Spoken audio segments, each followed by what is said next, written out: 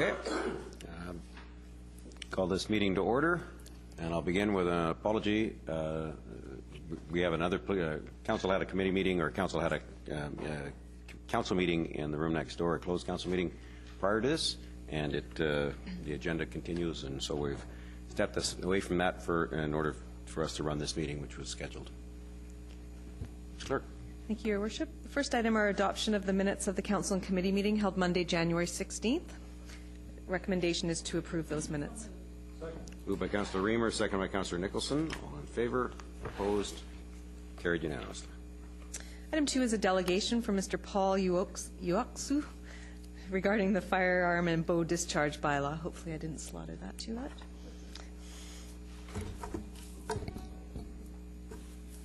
Good afternoon, Mayor Stewart, council members. My name is Paul Juoksu. I live at 857 Shaw Avenue in Coquitlam. I'm here to present information and some concerns with the proposed bylaw number 4266-2012, a bylaw to regulate the discharge of firearms and bows within the city of Coquitlam.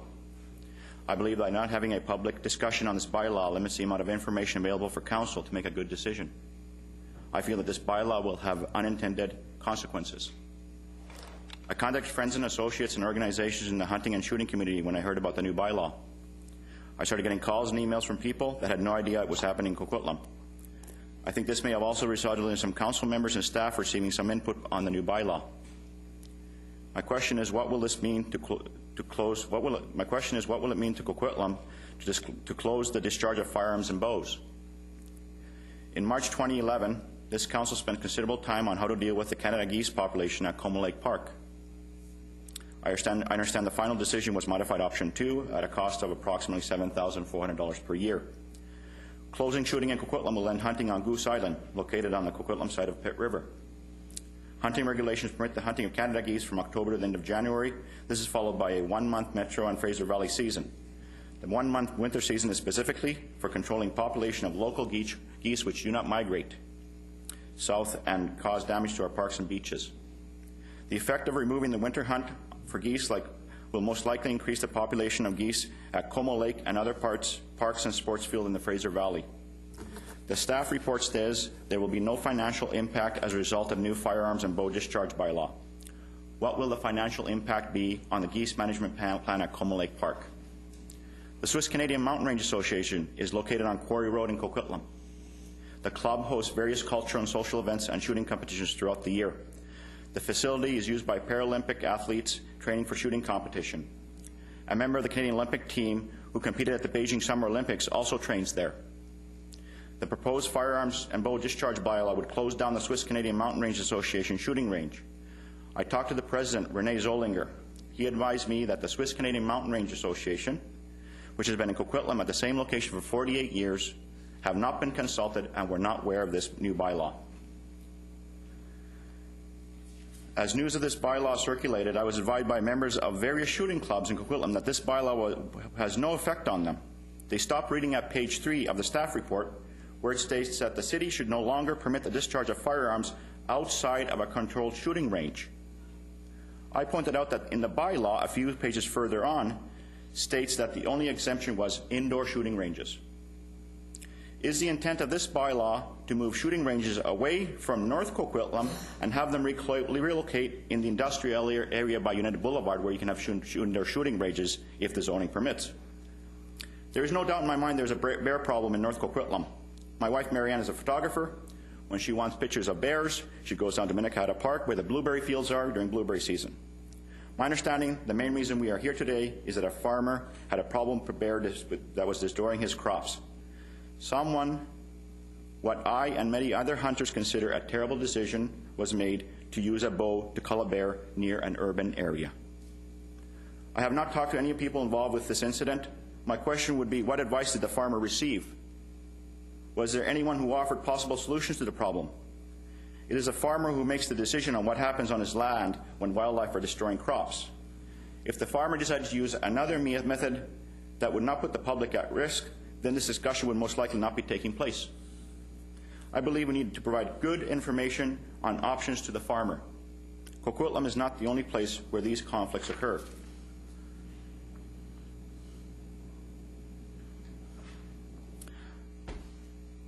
For decades, there have been many bow hunters that have respectfully and ethically hunted on Burke Mountain area.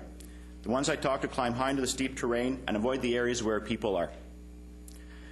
One of the fellows I talked to, in the last year, he has harvested 6 deer, and all of them were less than 20 yards away when he fired at them with a bow. He has not been on the 6 o'clock news. As part of this bylaw, staff was requested to send a letter to the provincial government regarding banning the use of firearms in urban areas. How will this help other communities? The city of Cranbrook just finished doing a deer cull in their city. The city of Cranbrook the city of Kimberley is in the process, and Windermere is next. What are the implications 10 years from now in Coquitlam if Coquitlam bans bows on Burke and Eagle Mountain? No matter what the laws are passed, there will always be people who refuse to obey them. I don't believe this bylaw will stop any of the incidents that have caused the concern in the first place. I think Coquitlam is long overdue for a hunting advisory committee, a group which can provide expertise in such matters as this bylaw is trying to deal with. I would be very pleased to put my name forward should such opportunity come up to serve our community. I'm not a bow hunter. I'm not a goose hunter. I love the outdoors. I hike all year round. In the hunting season, I may choose to carry a rifle. I believe in carrying on the tradition my parents taught me. I believe in humane, ethical, and sustainable harvest of our resources. By working together, not alone, we can do things that are in the long-term best interests of our community and the wilderness at our doorstep. Thank you for your time. Thank you very much, Mr. Juoksu. I want a couple of comments you made. You're exactly right. This bylaw came about because Council was concerned about the incident related to the way in which one bear was, an attempt was made to cull that bear, or to kill the bear with an unsuccessful attempt with a bow and arrow. And as a result of that, we went down a path. Initially, it was only dealing with bow and arrow. At least that was the original motion. Staff brought back a recommendation that included firearms as well. There has been some discussion since the beginning of the letters among council members related to that section of it, whether or not it ought to include firearms. And I suspect we're going to be making some proposals to revise that because the intent was to deal with bow and arrow. That was the original intent. At least that was what I felt. There was never an intent with this bylaw to deal with shooting ranges and such, and that's why in the staff report it actually says that, although I recognize the inconsistency between the staff report and the bylaw as it sits now. The second one, though, was the options to hunters. You mentioned we should be offering options to rather farmers, not to hunters. And we do. We actually, one of the communities that finances a position for Bear Aware Coordinator who goes around and tries to make sure that people understand the various options they have and the ways in which they can avoid those human and bear conflicts. And we want to continue that process. The challenge before us, though, was this particular one incident where one hunter who knew better, I think, chose a method of, it was just a foolhardy attempt. And I think a responsible attempt to tackle the challenge she was facing. You're right. We need to solve that challenge. This might not be perfectly the way it's going, that we would solve that challenge, and it may well be amended before we get to the end of the bylaw. So, Your Worship, can you please also mention that the hunter, it wasn't the farmer that was shooting the bear. He allowed someone to come on his land. And that was in fact, we understand that eventually the farmer invited hunters to come on board, and here's your chance to shoot bear on my property, which I think is quite, let's set out a smorgasbord for the bears and open fire. Councillor Sikora. Yeah, thank you very much. You're absolutely correct with the comments you made, sir. It was supposed to start with a bow and arrow, and I'll ask the staff, how come that this firearm came aboard when it was a bow and arrow problem? Why are we dealing with something that we extend? It was a council's wishes to extend it. Mr. Suzak. Sure. Thanks, Your Worship. It was a staff assessment that a firearm ban was a long-term goal for the city, and we did put that in there as a ban. There are ways of getting around that. There are permits that can be applied for, but we're in the process here of also listening to the delegation, listening to the tenor and tone of council, and if the desire is that we re-examine where we're at, that's what we intend to do. We've recently got some information from email, so our view is to come back to you with a fuller public information report and flesh those issues out. This would have come to public hearing first before, because I'll tell you what, my email and my cell phone doesn't stop. This is a very, very big issue in Coquitlam, and it's an issue between people that know better than we do. No doubt about it. I mean, just listening to you here, sir, today I've learned a lot. The one thing, you know, that our council's a little different. The fact is, you know, something that happens, we have to serve a notice of motion. Something that happened probably the first time in 40 years, in my history, 40 years, that there was a bear with an arrow in his neck. So instead of dealing with it some other way, we have to have a serve the notice of motion and create a problem in this community, as other notice of motions have done. You know, I call those bleeding hearts people, you know, that seem to think that, you know, something like this is a notice of motion, doesn't really take 5 minutes to think about before they serve the notice of motion. What effect is it going to have on our community and the hunters and many, many other things? So I'm sorry that it happened there, but I'll tell you something, I'm choked about it, because it's really every one of our notice of motions. I can think about 3 or 4 that we've served the notice of motion that create a fury in this community. Created a fury in this community that didn't have to, and upset one hell of a lot of people. And somehow, I don't know, we said the motion is not good enough in the council chambers.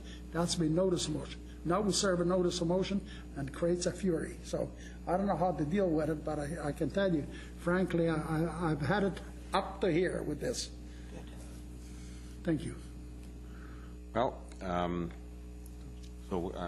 we recognize that you're no longer going to be serving notices of motion, but every council member has a right, and this one did come out of a notice of motion, and luckily it also came through a staff report, so we're going to be able to do this with some diligence. Councillor Asmussen. Thank you very much. From the emails I've gotten, one of the main points is about Goose Island and the restriction of waterfowl on that, so I think we need to look at that, because I think that's probably one of the main points that came to me through all the emails that I've seen. I live on Burke Mountain, lived there for a while. It's a changing area. The population's changing. Hunting on Burke Mountain is going to change. It's not 40 years ago anymore, and into the future, it is going to get more limited. The gun club is going to become, at some point, I think, in conflict with the development around. That's just a fact of what's going to happen. So change is happening, and I think sometimes for all clubs and everything, it's difficult. This isn't the first situation that's happened on Burke Mountain. I think Councillor Hodge lives in Burke also can explain, I think it was about 2 years ago that a bear, a deer, and a raccoon were all shot and killed and left just up off Coast Meridian. We had a deer a few years back prior to that was shot with a bow that was running around with it also. So these aren't the first instances that this has happened, and I understand what you're saying. You get tarred by somebody who's stupid, okay? And I get that. We want to look at this, and I think we'll take a deeper look into this issue, but the concern, I think, for the notice of motion is we have to be looking forward as we're moving with the population. I know in my period of time, you go down to Bobo Slough, people getting in and wandering through the bush has greatly increased. People hiking through there, mountain bikers through there. So it's a changing demographic area. And so those are some of the things. We do have a bear aware coordinator. He goes out to all the instances of bear conflicts. He goes out to the farmers. And he's been out to this area with not a lot of success from what I hear on these issues. So we're trying to balance out the rights that you have as a hunter to go out and hunt with also the changing safety issues that are going to be happening up in Burke Mountain. I think your offer to help consult with us in the future, I think, is a valid one. I think it's something that we should take up on as we move forward. And I think that's, you know, communications is not always perfect. And I think, you know, we put these ideas out here. I think the direction we're going in is right. I think the bow hunting especially is an area of, you don't get it right, the animal like the bear goes away. So that's the ban. The firearms is the other issue that you're looking at. And I thank you for being here. But I just want to give you some of the ideas of what we're looking at, and that this isn't an isolated incident, that we've had other issues over the number of years on the mountain with inappropriate discharge or issues of animals being taken out. But thank you for your time. Yeah. Could I just comment through the chair? Go ahead. One of the things that I've talked about, I've met, as a result of this, I've been in contact with BC Wildlife Federation and all kinds of other people. And one of the questions that always comes up, you know, that if incidents are occurring, if there was, for example, an advisory committee of somehow, they could look at it and say, okay, was this a legitimate, was it during the hunting season or not? Was it a poacher? Was it, you know, what were the circumstances around? It was during the hunting season. Out of hunting season? From my understanding. Craig? Yeah. Well, anyway, that's neither here nor there, but then that would be look at an issue and say, okay, is it an enforcement issue? Like somebody's breaking the law, or is it a hunter maybe doing something unethical or just not using common sense? I think Delta has a very successful advisory committee that looks at those issues and says, how do we keep the people safe? Can we balance it? And I think that's the whole issue that we're looking at, and I like the suggestion you made earlier. Thank you. I'll just clarify Councillor Asmussen's response, because there is no hunting season related to farms. The right to farm legislation permits the hunter to use, the farmer rather, to employ guns or hunters with guns to kill wildlife. This particular one then would have been, I mean, the season applies all year round theoretically. Yeah. So our bylaw would then say, okay, you can still do that, but you can't do it with a bow. Yeah. Okay, and Councillor Reamer. Thank you very much for your presentation, and I just want to take this opportunity to thank all the others that have contacted us in regards to this matter. When we did the first 3 readings of this bylaw, we had absolutely no idea about Goose Island and the fact that there's hunting there. I also understand that there's hunting at Addington Marsh, which is actually on the mainland of Coquitlam, and so that's probably another area that we may want to look at. I'm interested in knowing a little bit more about bow hunting. Those bow hunters obtain hunting licenses like duck and geese hunters do with their firearms. So you mentioned Burke Mountain as being one location. Is that just a certain season? And do you know where else in Coquitlam this occurs as well? Not being a total expert on archery, because I'm not an archery person, but my understanding is that within Coquitlam city limits, because there's no discharge of firearms, so that area, Burke Mountain, what's in the city limits, the bow hunters can use that area.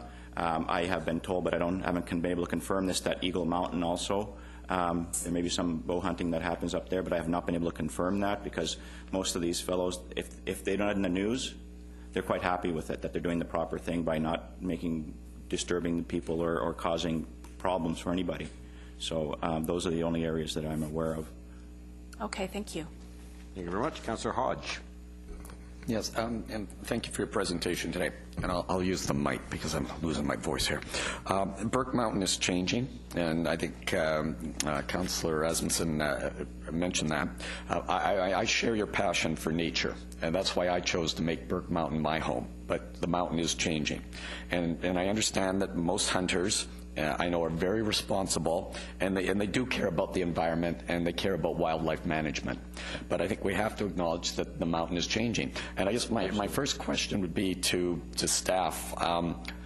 My understanding, or maybe you can, or our speaker can answer this for me, but once we hit the city boundary on Burke Mountain, we go north. We're into the Pinecombe Burke Provincial Park.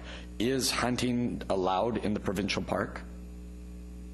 I can answer that for you. Yes. Yeah, it is permitted. It's one of the permitted uses in the park, but there's a whole bunch of uses that are permitted in there, and hunting during a hunting season is permitted in that park. So to staff, our bylaw would only cover below the Pinecombe Burke line, which is to the point, I guess, where we're going to build our housing right up to that line eventually. That would be a question to our planning department. Jim. Thank you, Worship. The 4 existing neighborhoods get up, particularly Partington, which we'll be talking about in a few minutes, up against the boundaries of Pinecombe Burke. There's the 5th area up at the top of Coast Meridian, Hazel, Harper Drive. That's sort of a pocket between the established neighborhoods and the boundaries of Burke Mountain Provincial Park. So my concern would be that as we plan the mountain, and we are leaving wildlife corridors in around our creeks and streams, but as we build our houses up to those corridors, we're basically building walls up against those corridors. And I don't think that hunters really want to go into corridors and shoot in confined areas, because to me that's not sport. When you're trapping wildlife between this set of houses and this set of houses, to me that's not what they want to do. So I think that we have to be, in all of this, we have to look at where hunting can take place. I don't believe it can take place between the houses. Councillor Asmussen mentioned what happened in my neighborhood.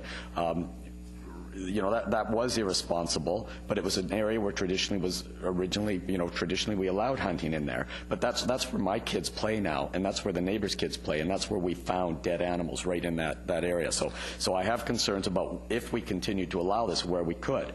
I do have some concerns over the scope of the bylaw, including Goose Island, but at the same time, I also have some concerns that what was traditionally great hunting areas is now become populated areas, and I think that we have to look at how we recognize how the mountain is changing, but at the same time recognize that there may be some areas that we still need to look at further. Thank you.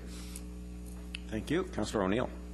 Yes, thank you very much. When I first, thank you very much for coming here today, and you represent, you're the personification of many emails that we all received over the last several weeks after this issue arose and the bylaw received its first few readings.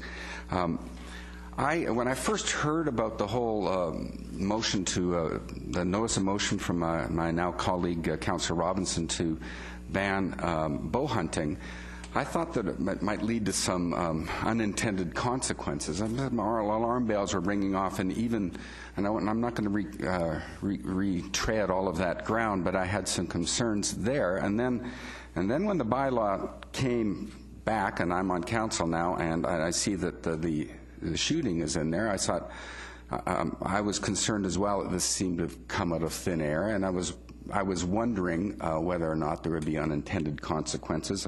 However, I did address my remarks to the use of bows and use of guns on farmland. But I was still thinking that we were kind of blundering into this without having all the facts. And thinking back, it reminded me of when I used to be a writer full-time, and was thinking this story was not ready to go to press. We needed to get some more quotes, we needed to get some more background, and we're getting them now finally, but the process hasn't been a great one.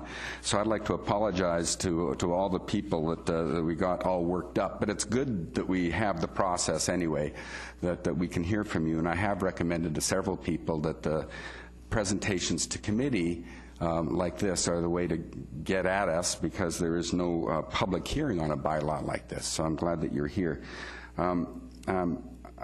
And I want to just draw attention to a few things on top of all this. That one, I'm glad that Councillor Hodge brought up the issue of the differentiation between the residential area of Burke Mountain and that is in the city boundaries and the provincial park area that's above. People have been talking about banning hunting on Burke Mountain.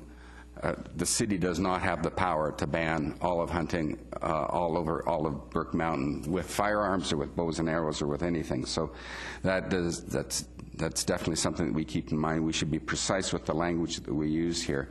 I'm definitely looking forward to discussing the Goose Island situation and any other areas where hunting is currently allowed, especially with shotguns, which don't have the power that a rifle, a bored bullet would have. There's definitely more public safety issues involved with the rifles than with shotguns, and I'm definitely looking to ensure that there's a good response to the concerns raised about the Goose Island as well, so I look forward to that. One thing that we have to keep in mind and is that regardless of what law we pass, it will not deal with the illegal hunting.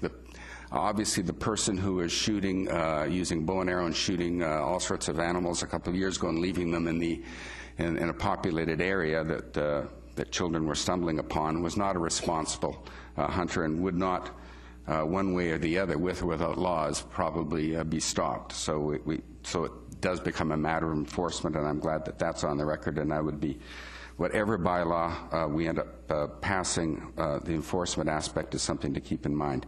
Finally, back to a point that I raised at the initial reading of this that I'd like to reiterate.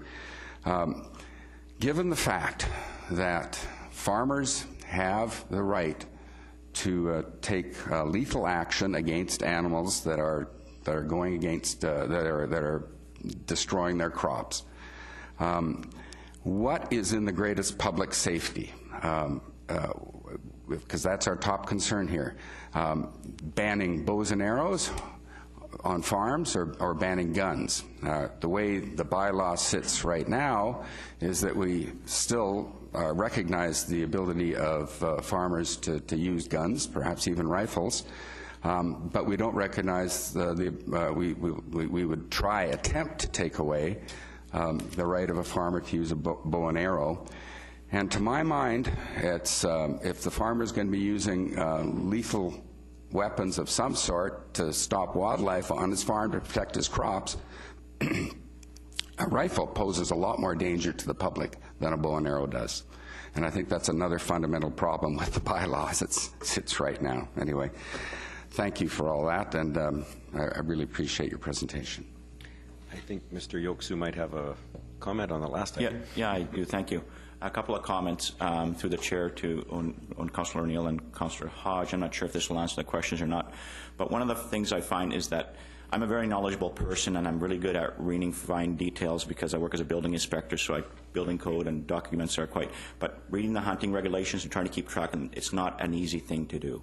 There are many rules that apply, and to me the reason that I choose not to hunt outside of up in above Burke Mountain where it opens to firearms is there, because it's a very complex to make sure that you adhere all to all the rules. It's very complex. You have to make sure that you don't venture into a regional park. You're not permitted to carry a firearm through the regional park. That's further down Quarry Road, I believe.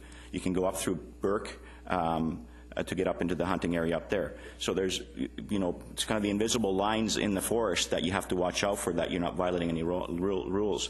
There's also where you can discharge a firearm as how close to a house or an occupied building or a farm building. There's all those rules and regulations that apply too.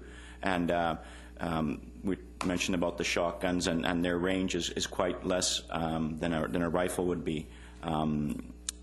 That's definitely a consideration as far as safety in the community. Yeah. Okay. Councillor Robinson. Thank you. So who knew that we were going to be here? However, as I listened to the conversation, and I really appreciate hearing from the hunters and hunting community and the value of Goose Island and the value of having hunters actively doing a cull, we were going to get here anyway. This was coming. This was, I mean, it might have been a year from now, but this whole challenge to balance access to wildlife and the encroaching urbanization of the mountain, this was coming. So I'm glad that we're here, because it gives us an opportunity to sort of figure out how to move forward. Yes. So when I think that staff are going to bring something back to us, from what I can tell. So I'd like to know a little bit more about the value of the cull of geese on the island. So, I'm not expecting you to tell us how many geese are hunted, but it's helpful to know. And would it really have impact on our parks? Like, I think there's a belief that it would. I'm not so sure. But so let's just get the data, and then we can have some more information, because I think that's really important. The skeptical part of me says, well, given the time of the year, and I'm not sure that the activity on Goose Island really is going to affect the number of geese we have in Como Lake, but let's find out, and then we can have an informed discussion. It's interesting also that you mentioned the rules for hunting are very, very specific and very detailed, and I hunch it's for safety, right? And for protecting and wildlife management and all that kind of stuff. And it is unfortunate that not everyone understands the rules, follows them. And I'm a cyclist, and I get painted with, those cyclists don't follow the rules and don't do this. And I follow all the rules. I do hand signals, and so I appreciate the brush you get painted with.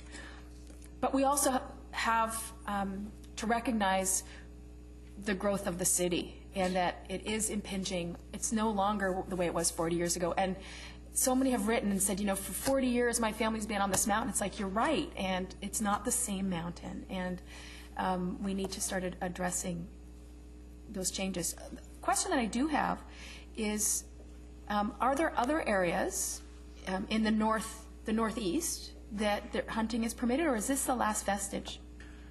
I believe because of the watersheds that are in the north area of all across, you know, the metro area, that restricts because there's no access permitted into those areas. Right. So even there's myself would be one of those people that perhaps would consider that if we're allowed to access, because you can, you know, pack up back for 7 days and hike in there and then hike back out again just for the hike or just to the hunting. But because the watershed is restricted, so Coquitlam, Seymour, Capilano, all those, and then there's parks, of course, Golden Ears. Can't remember exactly what, but it doesn't start till further down the valley, actually, that more opportunities. Right, so Goose Island is really convenient. It's a 10, 20, 30-minute drive. You can hunt for a couple hours and go home. It's very accessible, and that has high value for absolutely. Local hunters. The Tim Hortons in Port Coquitlam, I know when it's goose hunting, but sometimes I've been there and there's these guys with waders and camouflage stuff that we're just there hunting. Great. Well, thank you very much for taking the time and coming out and talking to us. Oh, it's job creation, too. Councillor Nicholson. Thank you, Your Worship. Thank you very much. I appreciate your telling me something about the complexities of your hobby. I'm an accountant, and if you'd like to sit down, I'll walk you through the Income Tax Act one day, and you'll think you're well off.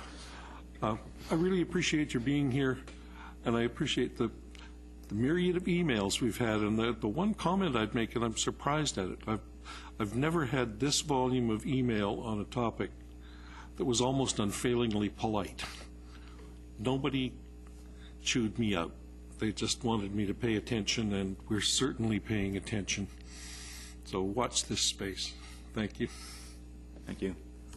Thank you very much. So what's probably going to happen is council will be considering how to move forward, and not with the bylaw as it sits now. I've heard from council members that clearly there's going to be some adjustments, and for that I want to thank all those that wrote in. We don't get many issues where we get more than 10 emails, and so that's absolutely great to see that. I do think this went the right way, though. The council member had an issue that she wanted to raise. Didn't ask for the issue. We didn't make a motion that we hereby ban, and that those are the ones that actually are knee-jerk, and we all vote, and suddenly overnight it's illegal to do something, and then we find out later that we can't do that or something. This was a request for a staff report. The staff report came back. We voted on a staff-developed bylaw. We will make some adjustments now and find the right balance to make sure that we don't endanger people with the ridiculous situation that we saw that this is a reaction to, but also that we respect, I suspect, the legitimate other uses of what looks like about 1/4 of Coquitlam, which comes as a big shock to me. So, thank you very much. One question. I just was wondering that I had a really difficult time. I've been watching the council agenda since October. I was in electronic, and then when this one came through with this on it, it comes in on Friday night for the council meeting on Monday evening, and I didn't check my emails till Monday morning, and that's when I sent the first one to council and mayor, and then started to go from there. So I'm just wondering if there are changes to the bylaw, when would be an opportunity to have a look at those, and will there be some applicants to respond? I will commit that we will make the necessary arrangements so that people who have communicated with us are informed of the changes by email, the same way that they communicated with us. I know that BC Wildlife Federation has been in contact with me because they did not have time to get their staff to provide information. You may have received it today, but they were very keen on providing some supportive material and suggestions on how to deal with some of the issues that are involved. And here we were talking about. And so what we're probably going to do is we're going to entertain a motion shortly. Oops. We'll wait for Councillor Robinson to return. I thank you very much for speaking on behalf of so many others who didn't speak today, but I'm glad you came. Thank you very much. Thank you. I'm actually just going to wait a minute. It was Councillor Robinson's motion.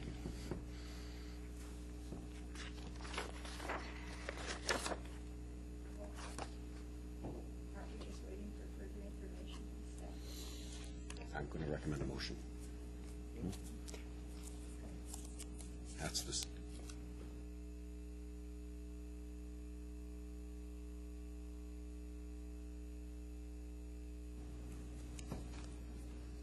Okay.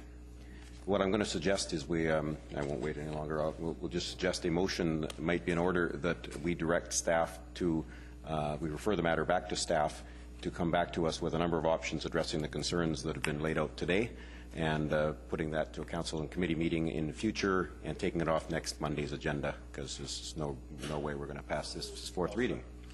Is that okay with you? Speak to it. We could take that as staff direction. Okay. I've asked to speak to it. Councillor Reid. I would like to hear from Mr. Drake Stevens, our Bear Aware coordinator. We pay good dollars for that every year, and I would like to hear his version of this as well. Thank you. And Councillor Sikora. Yeah, thank you very much. First of all, there was a bow and arrow ban. That was a notice of motion. I'd like to deal with that one strictly alone and forget about the banning the hunting and everything else, and let's maybe listen to some of these people. What is it that they said today? And what, I mean, as I said, that my cell phone just kept ringing and ringing, and so was my email. When I come home, my whole screen is full of emails. And this has created a big fury. So, first of all, there was a notice of motion that was banning the bow and arrow. Leave it at that, and leave everything else alone. I think that's a better way to go, because I will not support banning hunting. We've asked for a full report. Rifles. Well, I mean, you may have asked for a full report. You may, Councillor Reid, you may get a so at this point and read it 20 times if you want to. I'm just not interested. It's very simple. So he's made up his mind, but the council does want to hear a number of options, and I suspect that banning bows, just as originally proposed, is one of the options, and not touching the firearms, but that I suspect council wants to consider a wide range of options. So the motion's on the floor. We'll just vote on that. All in favor? Opposed? Carried unanimously. Madam Clerk. Item 3 is report of General Manager Planning and Development related to the Partington Creek Neighbourhood Plan Status Update discussion session. And we have a presentation by our General Manager Planning and Development and Manager Community Planning.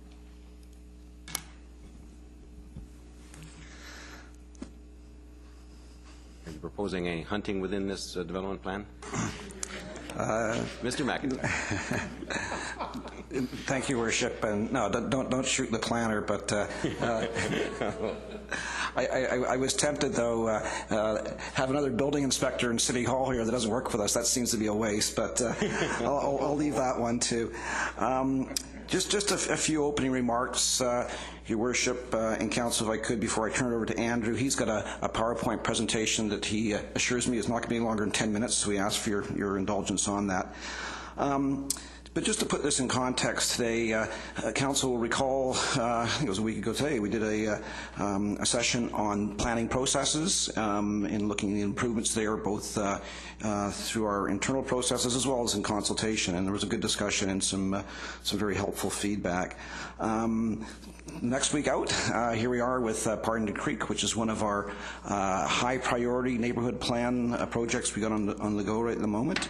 And very shortly we'll be coming forward to you with an update and similar feedback on the Meyerville neighborhood plan. So this is something my buddy Bruce here is, he's got the team ramped up, and he's committing to bringing forward these on a fairly regular basis. So we're pleased to be here today.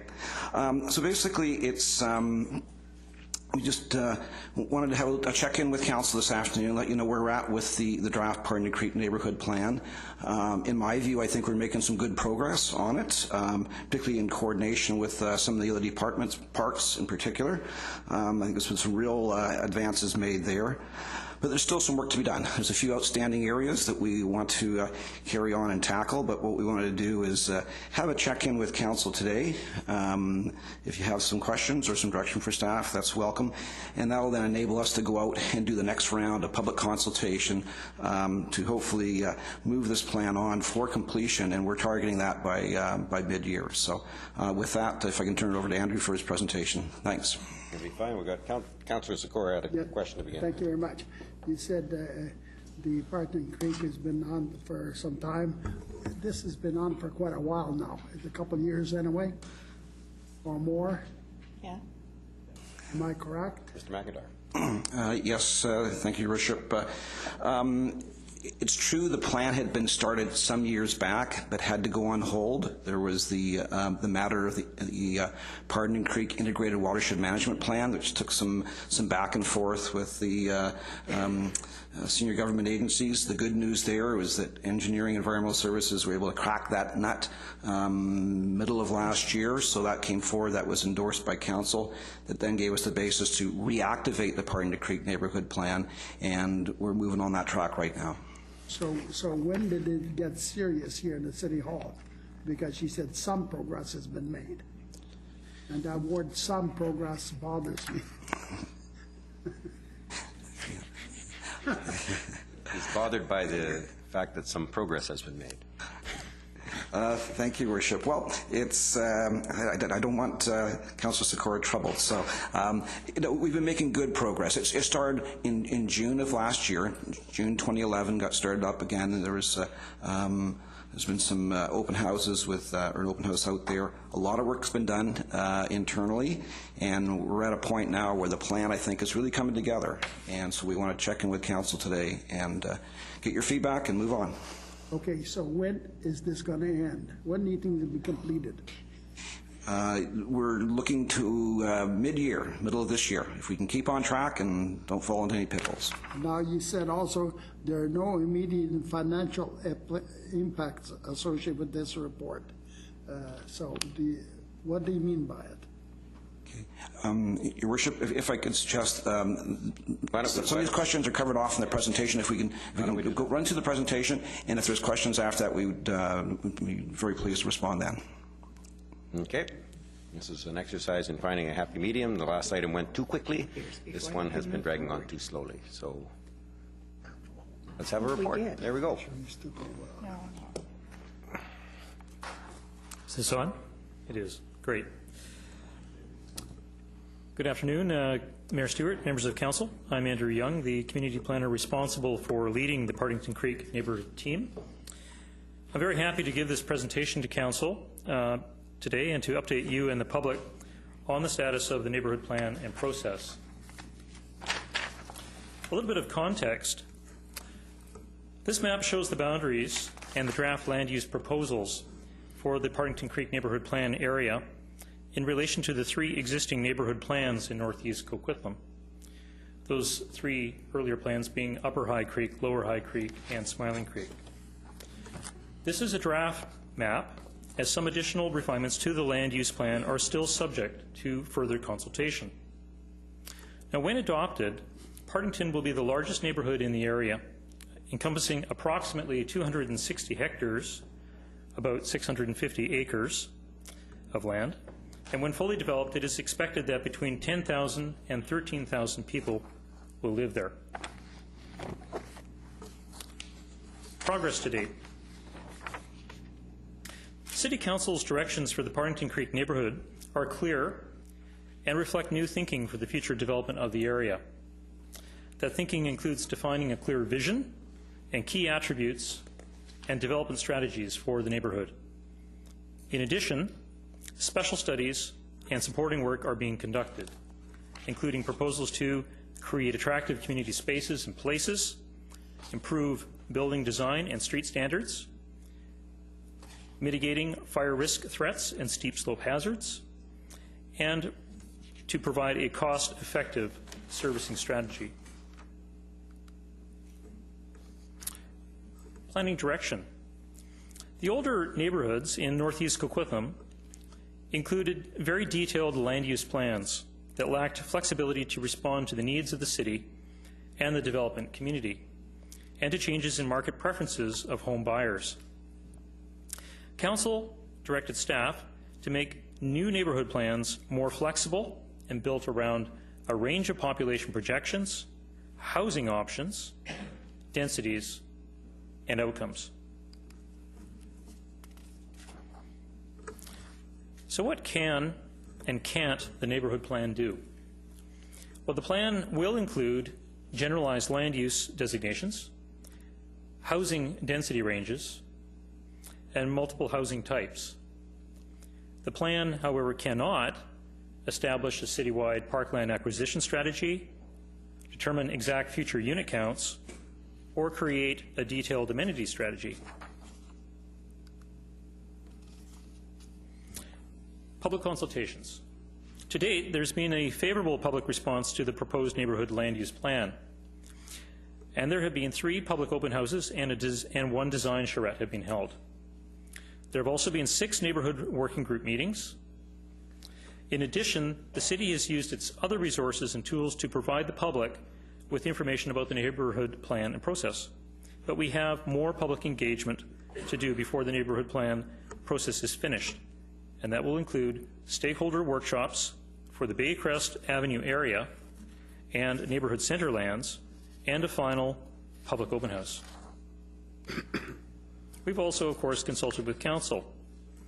The neighbourhood plan process has involved regular consultations with City Council, and to date there have been 8 reports to Council, a series of workshops, including one in December that was focused on planning processes, as Jim mentioned, plus today's presentation to Council and Committee. Now, following direction received from Council, monitoring and reporting on new development in the area will be needed to help ensure the new vision is achieved, and enhanced consultation methods will be used to help capture public feedback and comments. Now, there's some other important achievements and activities that have helped advance the plan. As Jim mentioned, the Partington Creek Integrated Watershed Management Plan for the area has been completed and adopted. The generalized land use plan for the neighbourhood has been refined. Utilities and servicing plans are on schedule for completion in March, and transportation planning and environmental reviews, for example, a bear hazard assessment, are nearing completion. Now, community planning has also done some creative and collaborative work with our Parks and Recreation colleagues, which has helped us produce an attractive parkland option for the neighbourhood plan. To start with, community planning and Parks and Recreation look for options that would help the city address the parkland needs of future neighbourhood residents, while also striving to better manage the city's financial resources as directed by Council. The existence of large parks in and near the Partington Creek neighbourhood, including, for example, Pinecone Burke Mountain Provincial Park in Minnetonka, allow the city to consider acquiring the appropriate amount of parkland in the neighbourhood and in the right locations to serve the needs of future residents, and improving access to large parks in and near the neighbourhood to better serve future residents. This approach provides neighbourhood and citywide benefits by allowing the city to consider whether it should allocate park development cost charges and other city resources for parkland acquisitions and park improvements to other areas in the city.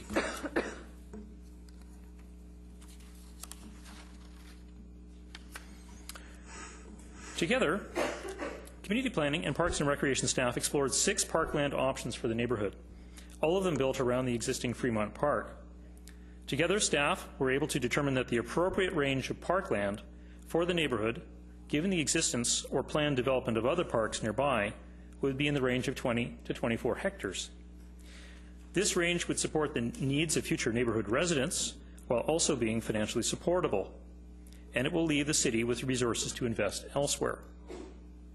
Further review and study by Parks and Recreation staff will be undertaken this year to fine-tune the amount of parkland required in the neighbourhood.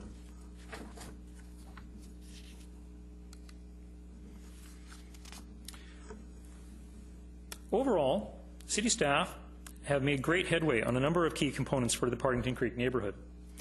Some components are currently undergoing staff review, for example, the servicing strategy and street design. There are also some components where further work with the public is required, particularly Baycrest Avenue, development options for the neighbourhood centre, and density versus transit evaluations. Some key issues and decision points. Excuse me.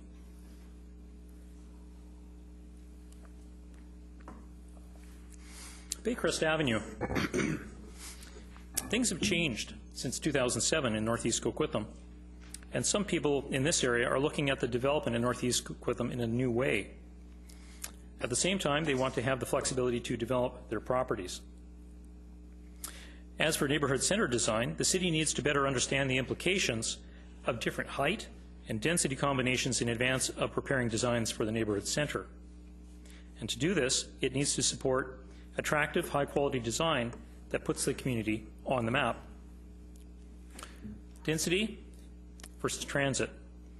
The density question is important to the city's financial bottom line for development in the area. For example, if the density range is high and transit service is inadequate, it could reduce the attractiveness of the area to buyers.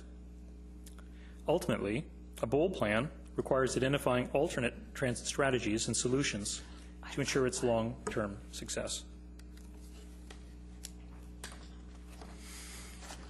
Now, speaking of public consultation, the city has used a wide range of consultation techniques and tools to share information about plans and processes with the public. For the balance of the neighborhood plan process, we're planning on using a broad mix of public engagement tools and methods, including those used in the past, as well as those listed here. For example, workshops and neighborhood signage,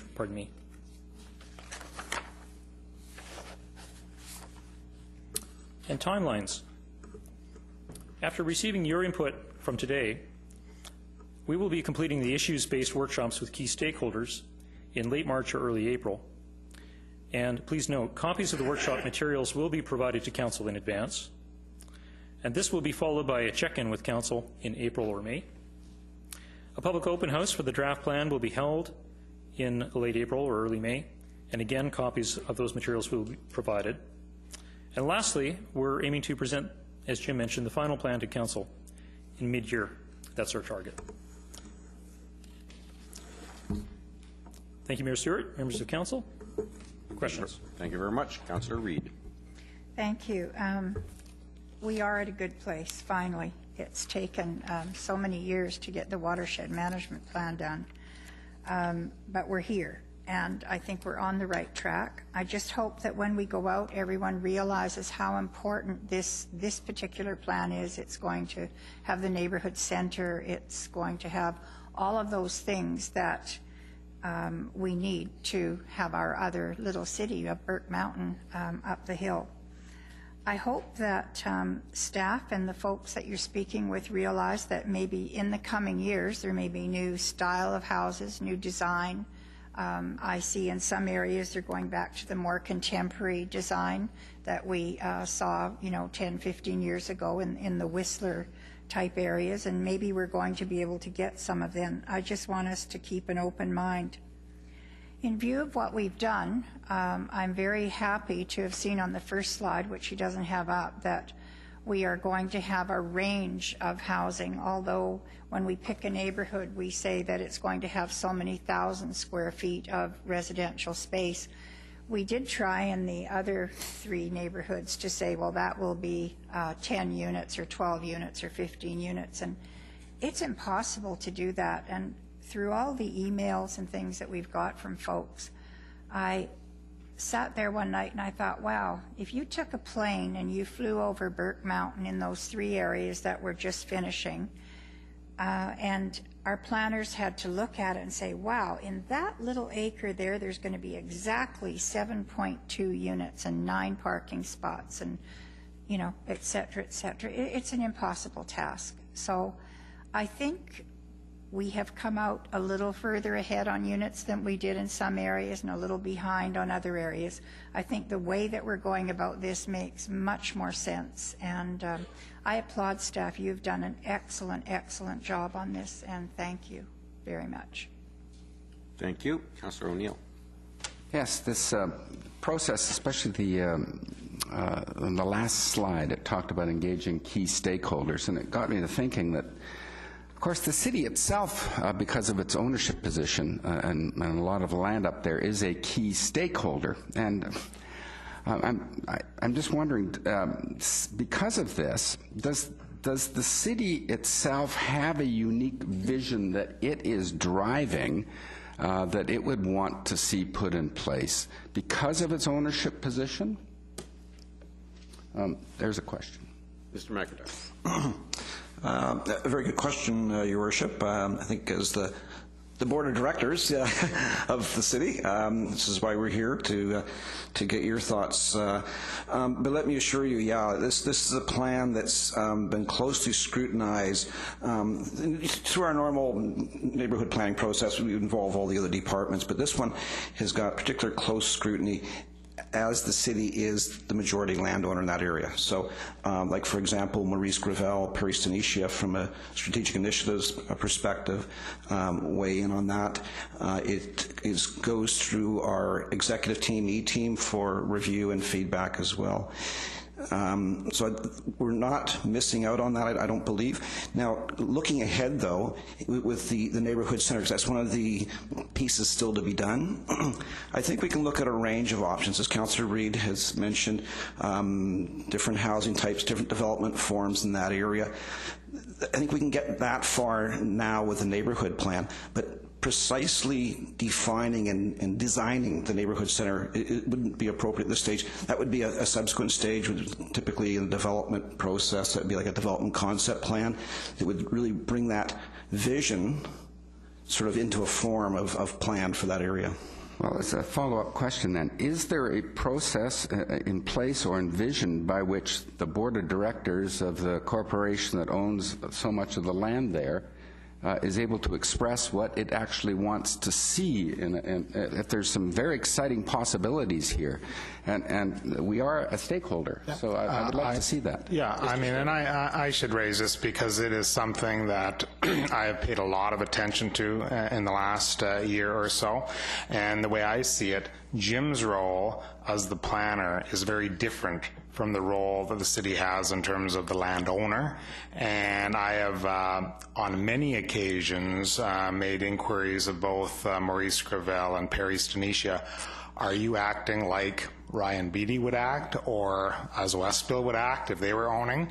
And I have charged them with the responsibility to act in precisely that way without fettering Jim's role as the planner that he should normally do. His role should be no different in this case as if somebody else owned the land, but we have another arm, and that's our land holdings arm, that I've been asking them to represent the city's interest in that way. And then we have that discussion, and we are having those discussions. We are trying to respect each other's roles, but at the same time, the E-team, as Jim said, has the discussions of that, and we are alerting, council is clearly aware of that, and you will be involved in a couple of different ways. Today is about your role as a regulatory from the planning department's perspective. You are aware of, you are a significant landowner, and annually we have more of a confidential in-camera report on our overall land strategies, which you will be given an opportunity for that. In addition to that, we are doing a variety of other issues, like I'm already anticipating some of the potential questions, and I'm doing some independent reviews on alternate strategies in terms of how to bring some of our lands to market and those kind of things. Those would all be reported out on an in-camera basis. But rest assured that we are very aware of that, and I think council is aware of that as well. And there will be different types of opportunities to give direction in that regard. Thank you for that. Thank you. Councillor Asmundson. Well, thank you very much. Thank you, staff. Very appreciative of the direction that we're taking on this plan. I think it's going to reduce a lot of conflict, confusion. And we had a more detailed plan. We ran into a lot of amendments, confusions, especially when you're dealing at a higher level and you're not at the ground level and you're dictating things that sometimes just don't fit. I think that example was well used. The one thing I want to say, though, is that as we looked out earlier, Partington Creek, I think, was, you can correct me, Jim, was around 4,500 units roughly in that area, and something in that range, because I think we're like 7,500 units overall.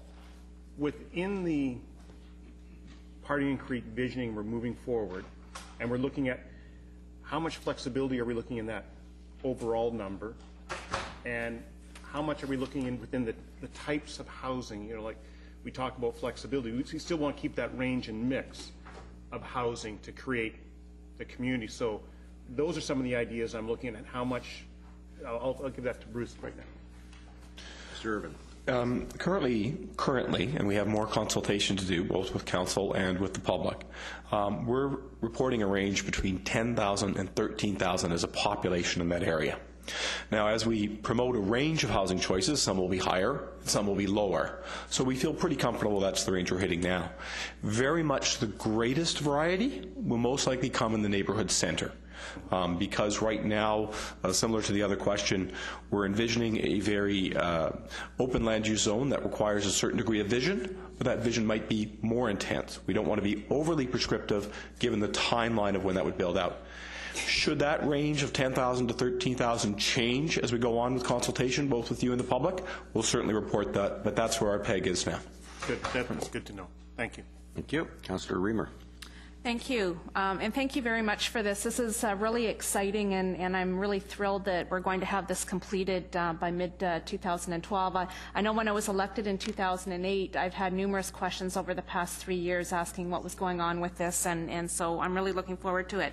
My question is this. We started this process many years ago, back in, I think the slide said 2006, and you did hold some public consultation then.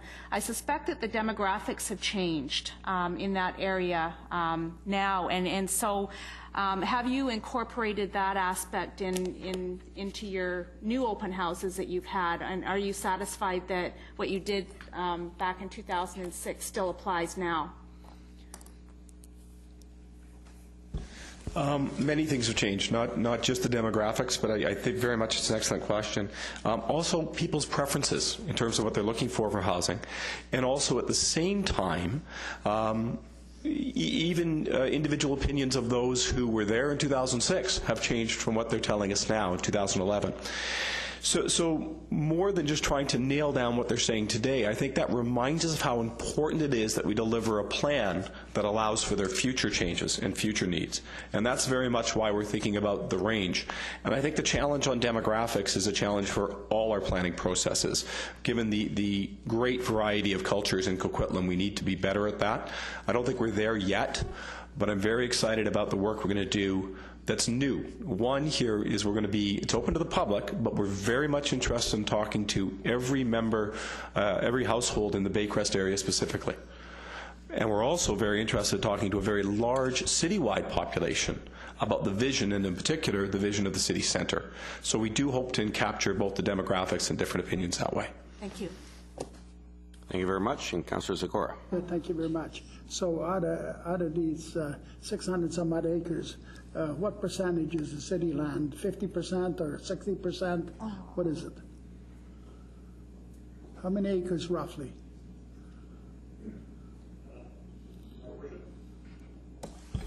Thank you. It's roughly 35%. 35%. Correct. So it's really a very, very small portion of what the city holds, because we have 200 some odd acres up there. No, it's 206 acres. 206 acres? Okay, thank you. Yeah, I mean, this represents a large percentage of the city's overall land holdings, but about a third of the area of this specific area. It depends how you look at it. Thank you. Thank you very much. No other comments? I know, it's a different meeting. Yeah. He's got all the time in the world. He's okay. retiring very soon.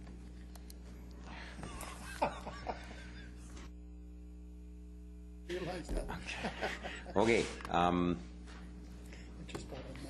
Thank you very much. So, back to that agenda. The recommendation is for the committee to receive the report for information. Moved and seconded to receive. All in favor? Opposed? Carried unanimously. Item 4 is report of Deputy City Manager related to the 2011 final trimester report. We have introductory comments from our Deputy City Manager and a presentation from our Manager of Corporate Planning. Okay, I'm just going to, one moment, please. Supposed to go back in 3.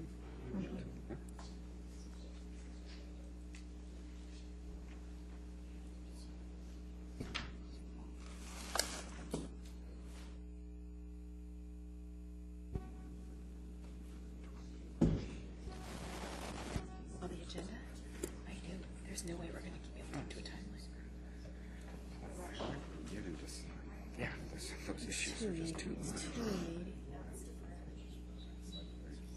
For this? I don't want to do it. Or we could. I can't do it from there. Okay, you can turn it on.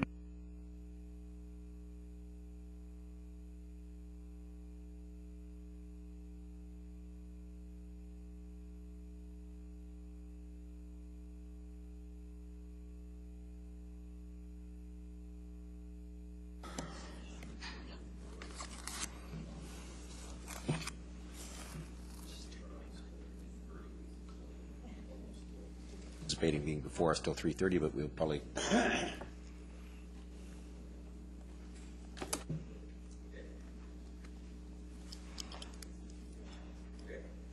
Next item.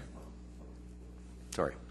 Item 4, report of Deputy City Manager related to the 2011 final trimester report. We have introductory comments from our Deputy City Manager, Mr. Juoksu. Thank you, Your Worship. I'll be brief. I just wanted to take this time to acknowledge Michelle Hunt, our Manager of Corporate Planning. She's the one that's compiled the final trimester report for 2011, and it represents a significant body of work, and I just want to acknowledge her good work. In particular, I'd draw Council's attention to Attachment B, which is a performance report that Michelle has compiled. Further to Council's feedback from previous reports, we've tried to put together some measures that demonstrate how Coquitlam has performed over the course of the year. Generally speaking, I would say the story for Coquitlam in 2011 was a very positive one. The Greater Vancouver region performed well last year, but in many respects Coquitlam outperformed the region, in particular in the development area. And and we anticipate that there will be good things ahead for Coquitlam in 2012 as well. And with that, I'll just turn things over to Michelle, who's going to capture some of the key themes from last year. Thank you, John. Your Worship and Council, I just want to briefly go through, give you the highlights of the final trimester report for 2011. As you know, this report includes a number of components. First is a look at the business plan priorities and our progress on those during the year. It also includes the performance report, which is the measures that we use to measure ourselves against our strategic plan. And then the vacancy report, purchasing report, and we normally include the budget variances, but as we've moved the timing of this report up earlier in the year, the budget variance analysis will come forward with the financial statements in April.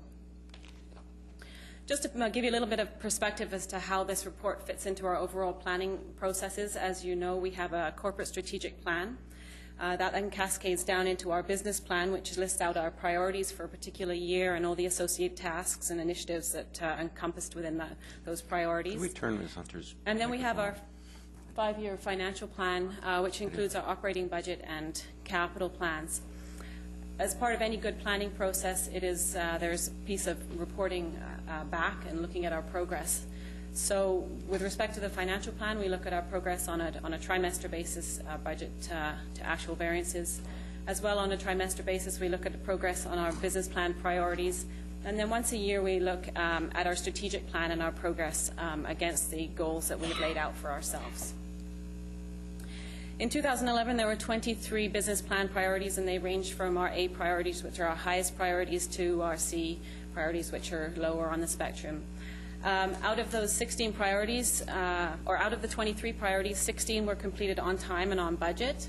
And 3 of them were delayed slightly due to, there were 3 that are shaded yellow, and those were delayed, 2 of them with respect to negotiations with the province. And then there were 3 that are red, and those are items that have been put on hold, and that was due to resources or competing priorities where we needed to finish something before we could start the next priority. So overall, good progress on the business plan priorities. With respect to the performance report, I did look at some best practices around performance reporting, we're following most of them, using measures consistently from year to year, looking at our trends, looking at some benchmarks. The last one, which is focusing on critical aspects of performance, when I finished the report, I looked back at that and I said, oh no, I think I'm going to overwhelm them with data and information. So I don't think I focused on the critical aspects within the report, but for the balance of the presentation, I will do that. Looking at Coquitlam, just overall, our population has been increasing, and we're a multicultural community. And I think if you look at the number of initiatives that are addressing that multicultural piece in our strategic plan, there's a number of initiatives, but not all areas that are addressing that. Strategic goal number 1, which is strengthening neighbourhoods, I picked one key measure, which is the overall quality of life, and 99% of our citizens feel they have a very good quality of life. And the other measures really relate to that, you know, lowering our crime rate, making our roads safer, keeping our streets well paved, the facilities for sports and recreation, all those things factor into how our residents feel about the quality of life in Coquitlam. The second goal is around economic development, expanding our local jobs and local prosperity. And yes, everybody keeps saying we're rapidly growing. We thought last year was a stellar year in terms of the value of construction, and this past year, in 2011, exceeded it by 45%. And with the Evergreen line coming and all the improvements that we're doing and the development, that's only going to continue, I believe. Goal 3 is increasing active participation and creativity, and the one measure I took here was our physical activity of our residents, and they're continuing to maintain an active lifestyle. What this doesn't speak to is all the cultural activities that we also provide, both through the library, the Evergreen Centre, our own festivals and events. The participation in all those cases is increasing. So I think as far as the strategic goal, if you look at all the measures, we're definitely trending upwards. Goal number 4 is around sustainability, and I couldn't pick one measure there because I think sustainability is those 3 components. It's environmental, it's social, and it's economic. From an environmental perspective, we look at our solid waste reduction, our water conservation measures, all of those, again, we're seeing the right trend as far as environmental sustainability. From a social perspective and our impact, I looked at the change in the quality of life. If we think, almost a third of people are saying that the quality of life is improving. So obviously what we're doing must be having a good impact on social sustainability. And then from an economic standpoint, 8 out of 10 of our residents feel that they're getting very good value for their tax dollars. So the last goal is achieving excellence in city governance, and that's looking at the outcomes from our satisfaction with our city services. And overall, 96% of our citizens are satisfied. That ranges depending on the services that we're looking at. But when I put together the performance report, what I really saw is our continuing focus, or our focus on continuous improvement. Every department is making changes to improve their customer service or to be more efficient. And that really came through, I think, throughout the whole report. There are 2 pages at the end which looks at our core services. These are the things that we do on a daily basis: issuing building permits, the fire department answering their dispatch, processing tax notices, issuing purchase orders, all those various things that every department does day in and day out. And looked at the measures there as far as volume, and across the board, again, the volume is increasing, and I think that obviously is because the community is growing. The effectiveness of our core services, how satisfied are people, and then efficiency, which comes down to cost and how efficiently are we offering these services. So just to give you some next steps, so this was the 2011 final trimester report. Next week we'll be bringing forward the business plan priorities for 2012. And I also wanted to remind you that this year we're going to be updating the corporate strategic plan, and so within the next month I'll be bringing forward a report to look at the process for doing that. And that's all I have to say. Thank you very much. Councillor Robinson. Thank you. This is my favorite report of the year. I know, I'm a geek. So, well, the reason it's my favorite is because it really speaks to, I think it reflects on council. Are we doing a good job? Because we give direction to staff, and they're being accountable to us. And I think this is, for me, I think it's the most important document we have. So well done, everybody. But, and I want to congratulate staff, because a few years ago we weren't sort of doing this kind of stuff, and to see how far we've come in over a few years, I feel with confidence that I really do have the data that says we are doing a great job, and I can back it up with some numbers, and that always makes me feel better when I say that. I also think it's important that we get these numbers before we go into budget deliberations, because it helps me to make really difficult decisions about, do we need more of this or less of that? And so I'll be going into my budget head with this report, so I just want to highlight how valuable it is. And I do have some questions. In the trimester report component, one of the items that has to do with crime reduction, community safety, that's item 3. There's a red highlighted area that says establishing a business liaison group in the United Corridor was put on hold because of an extended sick leave. So do we have a plan or a backup plan, or is that just going to sit?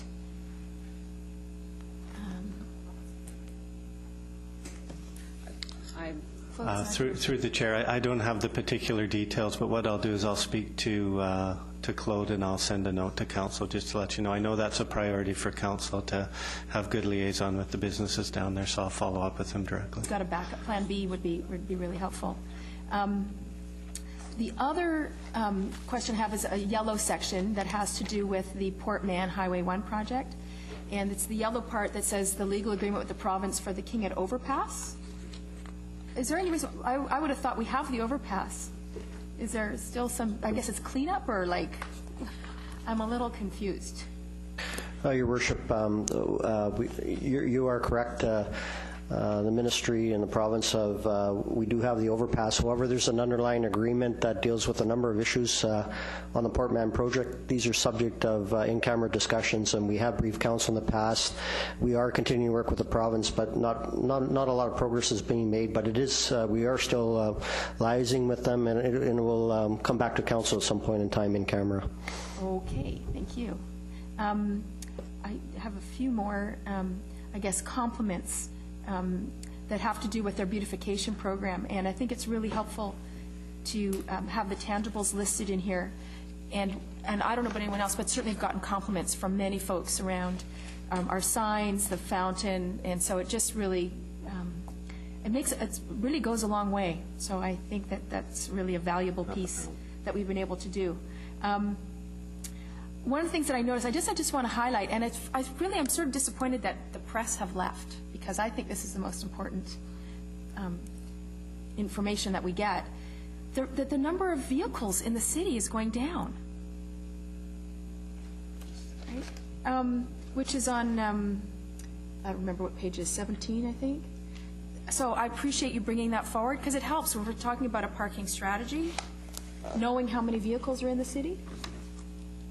No, but looking at but when you compare with the volume of people.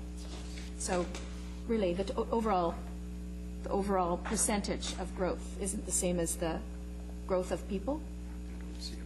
I'm just trying to, there was one other, I had a couple of other sort of things that stood out. Business incorporations. Can you tell me a little bit about that, what that is, what that's measuring? Yes, that is from the Ministry of Finance, and I actually did look at those stats. The unusual thing there is that 2010 was the highest ever as far as business and corporations in Coquitlam. So it looks like it's coming back to sort of the similar trend. The other thing from the regional perspective, they went down as well. Port Moody's was down, Port Coquitlam was down, Pitt Meadows was down, Maple Ridge was slightly up. So that's about... looking at the data, that's what I can tell you, what those business and corporations are, or why they would have gone up and down. I'm not sure. So the other thing that, I mean, there's lots here that's caught my attention, but I've just highlighted a couple. One of them has to do with assets contributed by developers, and you have a sad face, which I think is really helpful, because giving us faces to look at just sort of lets us know what should we be paying attention to. And do we know what that's attributed to? Yes, I did talk to Mr. Suzak this morning about that, and we actually think it's to do with when the asset gets recorded in our books. So at the point that a project is substantially complete, there's then a 1-year or sometimes 2-year warranty period before the city actually takes ownership. So we could have all these projects, but we're still within the 1-year warranty period, and so there's a delay before it actually. So they're not actually on our books just yet. Not on our books. Okay, that's helpful. The performance indicators about volunteerism. You noted that over 110 people volunteered their time, their expertise, and their advice and service. How does that compare to other municipalities? Do we have a sense of do we have more volunteers, less? Are we sort of average? That's a good question. I don't know the answer to that. Okay. Then I have, my last question. I promise my last one. Fire and rescue. The performer, I think there was something in here that had to do with our response time, and wanting to know what the fire chief had to say about what's happening with the response times. That they're level from last year, but they're still a little higher. So that's something we should be paying attention to. Through the chair, yeah, there is different pressures that affect our response time. Traffic is one. The area we have to serve, of course, with all the new development in the northeast, some of our response times up there are extended past what would be considered the norm in the rest of the city. So as we do the fire hall up in the northeast, that would take away some of those numbers might drop, and as we get evergreen as well, ideally more people out of their cars, those numbers could come down. That would be the hope, especially with the northeast. I'm not sure about the rest of the city, how that's going to affect the volume of traffic on the roads, which again affects us as well too. So as you know, we have M-Track, which really assists our crews to be able to make it through the light system. But yeah, I think traffic has a big bearing on our response time. Great. Thank you. That's all the questions I had. Thank you. Councillor Sikora. Thank you very much. I noticed that on episode read, you're saying people that are satisfied and somewhat satisfied, you lump them together. You know, I'd like to know what is in somewhat satisfied. What are the people saying in somewhat? Because you can't say that they're very satisfied if they say somewhat satisfied. It makes them very satisfied with some satisfied. And I wonder what the people are saying on somewhat satisfied. Are we weak in some parts, or what is it that we may, as council, may be able to improve? It's kind of a question that ought to be directed, and was directed, I think, at the Ipsos Reid representative that came here. I don't know if you have any comments on. No, I don't really. No, they break it down into the 4 categories. So why they do that, I don't know. Can you maybe look it up and see what exactly took place? I'd like to know what that somewhat means, okay? Because I can't say that there's 98% that are satisfied, that they're really satisfied, because half of them say very good and half of them may say somewhat satisfied. So those are the things I'd like to find out, okay? I'd be somewhat curious too. Not really curious, but somewhat curious. Yeah, I think I'd be okay to get. Secondly, on page 4, the vacancy semester that you have. Number 1, it says some turnover savings will be allocated. What is somewhat savings? You know, there's 500,000. What is there? A lot more than somewhat savings? If I could, through the chair, council made an allowance in the 2011 budget to take $500,000 for turnover, that recognizing there will be some turnover in the organization every year. Okay. Now, you know, we're talking about the 6% vacancy. 6% vacancy of the total staff complement, or 6% of what? That's correct. It's 6% excluding RCMP. RCMP. Excluding RCMP. Yeah. So at 6%, and the RCMP budget is 29%, 29 million, and our wages in the city for other than RCMP and firefighters, I believe, are 74 million.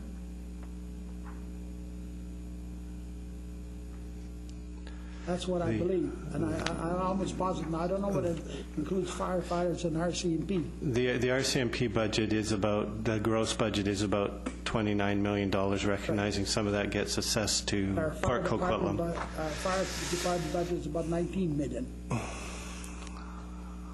I believe that's in the right ballpark. I don't have the numbers in front of me. So, I think our fire department budget is in the range of 19 million. The staff would be a high percentage of that, but so our payroll for the whole city is 74 million.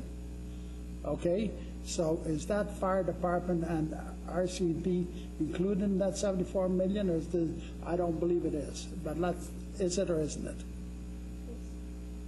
I suspect it includes fire department, but excludes police department. The firefighters are included? Right. Okay. And the RCP are not? Okay. Okay, so there's, our payroll is $74 million with the firefighters in there. Am I close? You are close. Not if I think I'm bang on, but that's all right. I just don't want to be 100% correct. Yeah. Oh, there's no danger of that. Go ahead. Okay, so you're talking about a 6% vacancy rate. 6% vacancy rate would give you about $4.2 million surplus. We saved about $4.2 million from our vacancies. Is that about right? Okay. Not counting backfilling and not counting overtime. Tell me why. Ms. McLeod, thanks for joining us. More than half of those positions are, first off, they're not vacant for the entire year. Positions become vacant and then get refilled, and it moves around through the year. The other thing is more than half of those positions are backfilled. So while the position is vacant and we're looking to put someone permanently in the position, we already have other people working in the job to make sure that the work continues to get done. So the number would be well less than that. Yeah, and I got a problem with that. See, here's a politician sitting to try and figure it out, and the fact is that you have a 6% vacancy rate you're put on here on top. So to me, it's a 6% overall vacancy for all year. But you see some of that backfilled, so it might be 3%. So I'd like to have that perfectly worded, so I know that it's a 3%. And even at 3%, 3% of $74 million is $2.7 million surplus. Am I correct? You have to. I actually need a calculator to figure that out, but it's considerably less because not all of those positions are vacant for the entire year. So even if they were vacant for half a year, you'd take it in half there, and then if about 60% of them are backfilled, so you'd reduce it another 60% there. So it'd be considerably smaller. And the ones that aren't backfilled, I assume that the work gets put on someone's desk, and that person, tries their best. Absolutely. Best. But also built into our budget is $500,000 worth of vacancy. I'm going to find out that we have no vacancies whatsoever. I know. Yes, as long as I sit here and listen, and if I want to listen for half an hour or so, which I don't. But in your semester, in June semester, you had a $832,000 saving on staff that was not filled. Was it a correct figure? Was it a wrong figure? What was it? And I've asked for that for budget time because I want to have it. Okay? And in there, if you look closely, that there might be a vacancy wasn't filled till October, but there's $87,000 in salary that was spent. I don't know what kind of income this person was getting, what his title was, or her title, to have that kind of salary.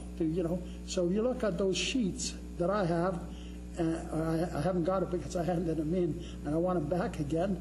So take a look at it, because to me, there's something wrong with the figures. I don't. Well, I understand it because I know what it is. But anyways, with an individual, when you're dealing with those individual numbers, it's quite confusing anyway. In any case, okay. Thank you. Apparently, okay. We're actually possibly going to have to defer this item now because we're now 15 minutes late for the scheduled appearance of the next. I'm going to allow. I've got two speakers on the list. If depending on how long they're going to be. I'll be quick. Okay, Councillor Reamer. Thank you. I have some information with respect to a pilot project that was done for RCMP Business Liaison, so remind me later to pass that along to you. My question is this: with respect to business licenses issued, we dropped the number of renewed businesses licenses dropped 26. Are we finding out why those business licenses were not renewed? I haven't found out, but I can do. Okay, thank you. That's it. Councillor Nicholson. Thank you, Your Worship. I simply want to say that I agree with Councillor Robinson. This is a critical report. It's really important to us. We're pressed for time. I would like the opportunity to have it come back to us so that I can talk about some issues and get some answers. I know Councillor Hodge sitting next to me would have his light on if it weren't for the pressure of time. So I would very much appreciate the presentation, but I need more time. Okay, the motion is to defer receipt of this report so that we can have more discussion of it, I assume. That is my motion, you're right. And it's seconded by Councillor Reid. All in favor of deferring receipt, all opposed. Motion carries. We'll consider this at the next Council and Committee meeting. That concludes the items on the agenda. Moved by Councillor Reid, seconded by Councillor Rasmussen to adjourn. All in favor? Opposed? Carried. Thank you very much.